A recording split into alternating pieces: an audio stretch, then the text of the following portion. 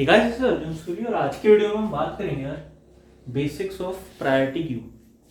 तो इससे पहले वाली वीडियो में हमने मिन हीप का डिस्कशन किया था।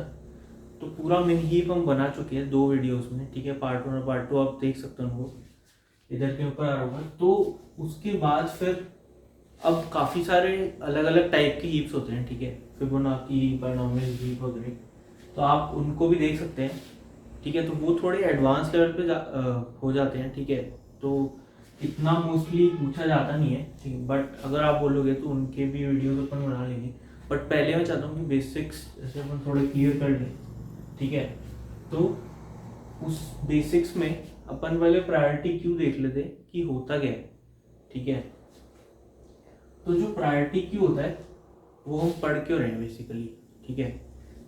तो प्रायोरिटी क्यू कुछ नहीं होता यार, खाली जो हमारी क्यू होती है नॉर्मल क्यू, ठीक है, वही डेटा स्ट्रक्चर है।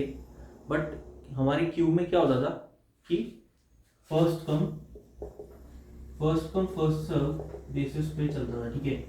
मतलब अगर कोई भी एलिमेंट पहले आ रहा है, ठीक है, तो उसको पहले सर्व किया जाएगा और फिर बाकी जो भी पीछे आ रहे हैं उनको बाद में सर्व किया जाएगा, ठीक है। बट प्रायोरिटी क्यू में ऐसा नहीं होगा। प्रायोरिटी क्यू में क्यू तो रहेगी हमारी, पर जो सर्विंग होगी वो प्रायोरिटी के बेसिस पे होगी। अब प्रायोरिटी कुछ भी हो सकती है, ठीक है। हम अपने आप से भी प्रायोरिटी डिफाइन कर सकते हैं एलिमेंट्स की, ठीक है। और इन जनरल मतलब कोई भी एलिमेंट हम लेते हैं तो 2 टाइप की प्रायोरिटी क्यू बना सकते हैं हम, इंक्रीजिंग और डिक्रीजिंग ऑर्डर, ठीक है। इंक्रीजिंग ऑर्डर का क्या मतलब है? इंक्रीजिंग ऑर्डर प्रायोरिटी क्यू मतलब कि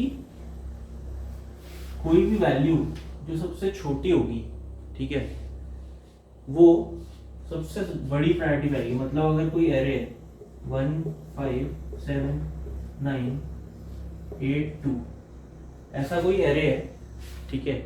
और अगर इसको अपन कोई प्रायोरिटी क्यू में डालते हैं, ठीक है, तो सबसे पहले अगर यहाँ से हम डाल रहे हैं तो 1 सबसे पहले आया। अब क्योंकि इसमें इंक्रीजिंग ऑर्डर में सबसे छोटे वाले एलिमेंट की सबसे ज्यादा वैल्यू होने वाली है, तो 1 यहाँ पे आया। तो जब 5 आएगा तो यहाँ से मतलब हम एलिमेंट्स निकालेंगे, ठीक है। तो जब 5 आएगा तो उसको हम पीछे रखेंगे 1 के। क्यों? क्योंकि जो हम पॉप करेंगे, मतलब जब क्यू से निकालेंगे, ठीक है, तो हम चाहते हैं कि जैसे ही कोई भी एलिमेंट आए, है ना, उसको हम स्टोर ही इसी फॉर्म में करें कि जो हमारा पॉप होगा वो ऑर्डर 1 ऑपरेशन होना चाहिए, ठीक है। ऑर्डर 1 ऑपरेशन मतलब हम उल्टा भी कर सकते हैं कि पहले नॉर्मली डाल दो, उसके बाद फिर जब पॉप कराने का टाइम हो तब तो निकाल लो। बट ऐसा हम नहीं करेंगे। क्यों? क्योंकि बेसिकली जो प्रायोरिटी क्यूज का कॉन्सेप्ट होता है ना, वो मिन हीप या मैक्स हीप से काफ़ी रिलेट करता है। मतलब हम हीप का यूज़ करके भी प्रायोरिटी क्यू बना सकते हैं, ठीक है। तो इन जनरल तो जो प्रायोरिटी क्यू होता है वो हम STL से यूज़ करते हैं कुछ भी क्वेश्चन वगैरह सॉल्व करने के लिए। बट प्रायोरिटी क्यू आप किसी से बना सकते हो, ठीक है। मतलब आप क्यू जैसे हमने बनाया था उसको यूज़ करके भी प्रायोरिटी क्यू बना सकते हो। आप हीप्स से भी प्रायोरिटी क्यू बना सकते हो, ठीक है। एरे से भी आप प्रायोरिटी क्यू बना सकते हो, और एरे और लिंक लिस्ट से तो बना ही सकते हो अगर क्यू से बना रहे हो, ठीक है। तो अब इंक्रीजिंग ऑर्डर प्रायोरिटी क्यू में 5 पीछे आ जाएगा। अब जब 7 डालेंगे तो 7 का आएगा, ठीक है। बेसिकली अपन को यहाँ पे डिक्रीजिंग ऑर्डर रखना है, तो 7 भी इधर आ जाएगा। फिर उसके बाद 9 इधर, उसके बाद 8 आएगा तो 8 यहाँ पे आ जाएगा और 2 आएगा। तो ऐसी कोई प्रायोरिटी क्यू हमारी बन चुकी होगी 9 8 7 5 2 1, ठीक है। तो अब इस केस में देखो, अभी सपोज करो कि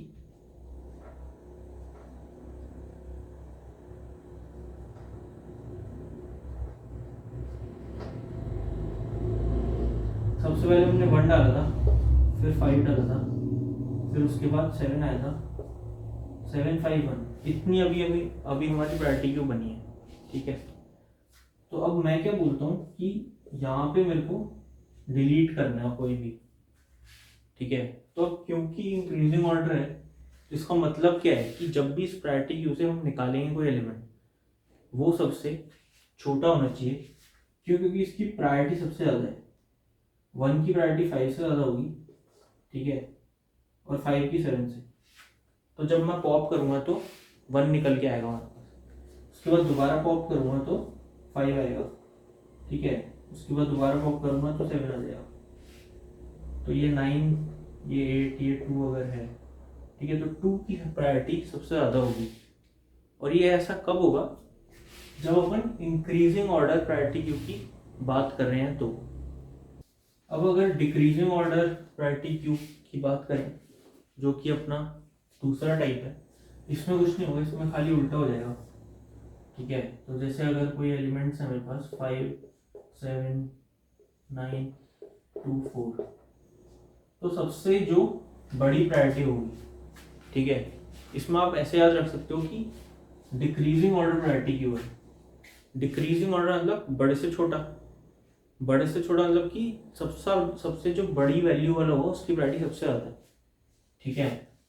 तो प्रायोरिटी सबसे ज़्यादा है तो उसको निकालेंगे सबसे पहले हम, ठीक है। तो अगर ये 5 है, 5 आ गया। 7 बड़ा है तो 7 आगे लगेगा।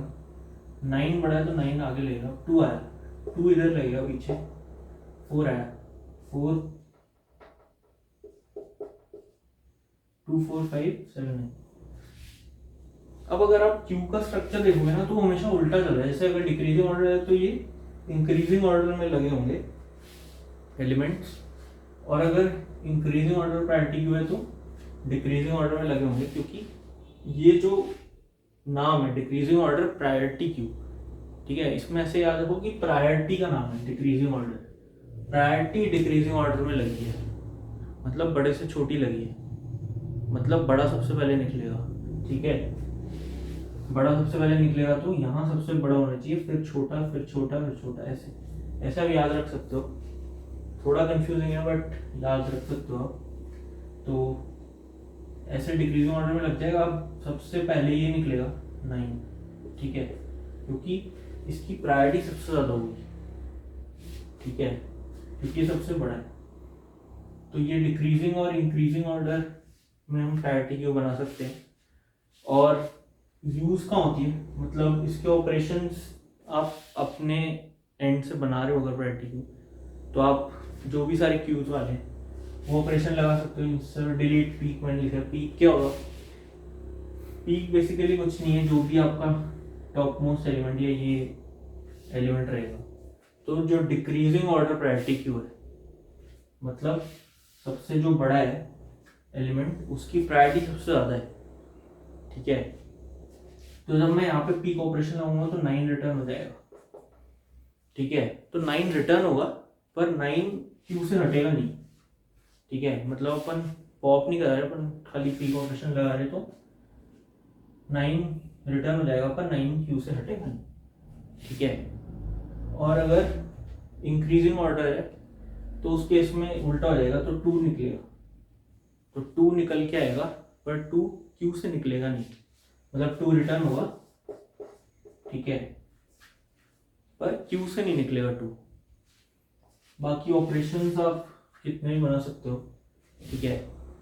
तो अब इसकी यार एप्लीकेशंस कहाँ होते हैं, ठीक है। तो मोस्टली तो सीपीयू शेड्यूलिंग में काफ़ी काम आ जाती है, ठीक है। मतलब अगर आप कुछ भी काम कर रहे हो, मतलब on a very high level अगर अपन डिस्कस करें, तो अगर कोई सॉफ्टवेयर अपडेट आ रहा है, ठीक है, तो उसकी प्रायोरिटी ज़्यादा है एज़ कम्पेयर टू जो भी आप काम कर रहे हो। तो कंप्यूटर क्या बोलेगा कि पहले आप ये काम कर दो, ठीक है, तो वो काम अपन पहले करेंगे। तो उस केस में जो जॉब शेड्यूलिंग होती है वहाँ पे प्रायोरिटी क्यूज काफ़ी कम आती है, कि जिसकी प्रायोरिटी सबसे ज़्यादा है उसको पहले सीपीयू प्रोसेस करेगा, ठीक है। बाकी और इसमें अगर आपको नॉर्मल कोडिंग की फॉर्म में देखना है तो काफ़ी सारे क्वेश्चन, बहुत ही फेमस क्वेश्चन है, ठीक है, वो जो kth लार्जेस्ट एलिमेंट या kth स्मॉलेस्ट एलिमेंट किसी भी एरे से निकालना है, तो जहाँ पे के की कोई वैल्यू दे देंगे, तो वहाँ पे आप प्रायोरिटी क्यू बना लो, ठीक है। उसके बाद फिर टॉप मोस्ट, मतलब अगर के एच स्मॉलेस्ट है, के एच स्मॉलेस्ट मतलब आपको सबसे छोटे नंबर चाहिए, ठीक है। सबसे छोटे अगर नंबर चाहिए तो सबसे छोटे मतलब आगे की तरफ होने चाहिए, तो उस केस में आप इंक्रीजिंग ऑर्डर वाली बना सकते हो, ठीक है। इंक्रीजिंग ऑर्डर में सबसे छोटे आगे की तरफ रहेंगे, तो वो एक एप्लीकेशन होता है इसका।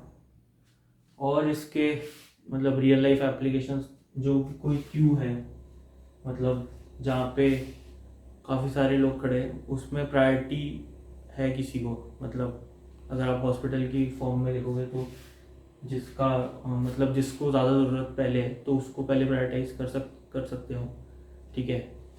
तो उस वे में भी आप समझ सकते हो। तो इस वीडियो में खाली हमको बेसिक्स डिस्कस करने थे, ठीक है। क्यों करने थे? क्योंकि अब मतलब थोड़ी आने वाली वीडियो में अपन हीप के क्वेश्चन और प्रायोरिटी क्यू के थोड़े मिक्स करके चलेंगे, ठीक है। क्योंकि काफ़ी सारे क्वेश्चंस जो हैं वो प्रायोरिटी क्यू से ही सॉल्व हो जाते हैं, ठीक है। मतलब हीप का इम्प्लीमेंटेशन अगर पूछा जाए तो आप पूरा बता सकते हो, बट इतना मतलब डीप में ज़्यादा जाते नहीं है इंटरव्यूज़ वगैरह में, ठीक है। क्योंकि उसका इम्प्लीमेंटेशन काफ़ी कॉम्प्लेक्स होता है, मतलब आप बता सकते हो ऊपर से कि कैसे चल रही है चीज़ें।